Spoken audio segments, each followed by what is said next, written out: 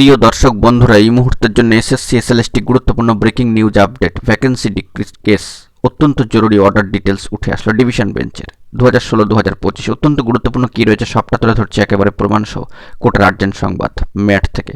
তো ভিডিওটিকে শেষ পর্যন্ত দেখবেন, চ্যানেলটিকে সাবস্ক্রাইব করে সঙ্গে থাকবেন। চলুন আমরা কোর্টের সাইডে চলে যাই। বন্ধুরা, গুরুত্বপূর্ণ অর্ডার ডিটেলসটি আপনারা দেখতে পাচ্ছেন এবং সেখানে বিস্তারিত বেশ কিছু বিষয় কিন্তু উল্লেখিত হয়েছে। তো আমরা প্রথম থেকে বিষয়টি তুলে ধরছি। দেখুন, the present appeal has been preferred challenging an order dated 2 December 2025। অবশ্যই বিষয়ে একটা রিট কিন্তু রয়েছে, তার নাম্বার অবশ্যই আপনারা দেখতে পাচ্ছেন। Passed by the learned single জাজ honourable justice Amrita Sinha madam মহাশয়ের এজলাস থেকে এই অর্ডার ডিটেলসটি কিন্তু রিটের ক্ষেত্রে এসেছিল। তো writ petition being WPA number দেখুন 27265, অর্থাৎ 27-26-5 of 2025। Mister Chattopadhyay, learner advocate appearing for the appellant, submits that the appellant participated in the first SLST 2016 and emerged to be successful and was accordingly appointed to the post of an assistant teacher in home science PG on the basis of the order passed by the Honorable Supreme Court. The appellant's appointment was cancelled. However, liberty was granted to the appellant to participate in the fresh selection process. The Commission thereafter conducted the second SLST 2025, যে সম্পর্কে আমরা সকলেই অবগত রয়েছি, and the appellant was allowed to participate in the said examination for the post of an assistant teacher in home science PG. In the first SLST 2016, there were 3 notified vacancies. 3টে ভ্যাকেন্সির কথা বলা হচ্ছে। 2 reserved for OBC A and 1 reserved for OBC B. The appellant, being an OBC A candidate, having emerged to be successful, was accordingly given appointment.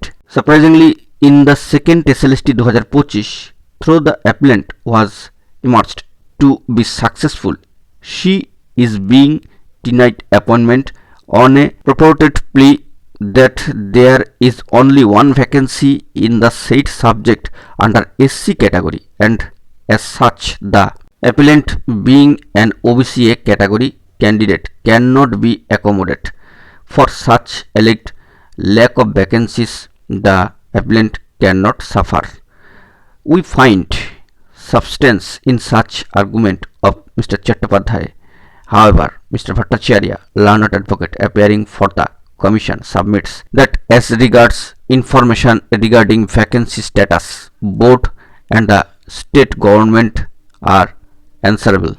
Mr. Bhattacharya, learned advocate, and Mr. Ojha, learned advocate, enter appearance on behalf of the board and the state respondents respectively. বন্ধুরা, চলে যাচ্ছি পরবর্তী অংশে। Answering our query, Mr. Chattopadhyay submits that by the dint of the order of the Honorable Supreme Court, the appellant would continue in service till 31 August 2026. Upon hearing the learned advocates appearing for the respective parties and considering the materials on record, we are of the opinion that the application for appropriate orders needs to be decided upon exchange of affidavits but prior to 31 August 2026.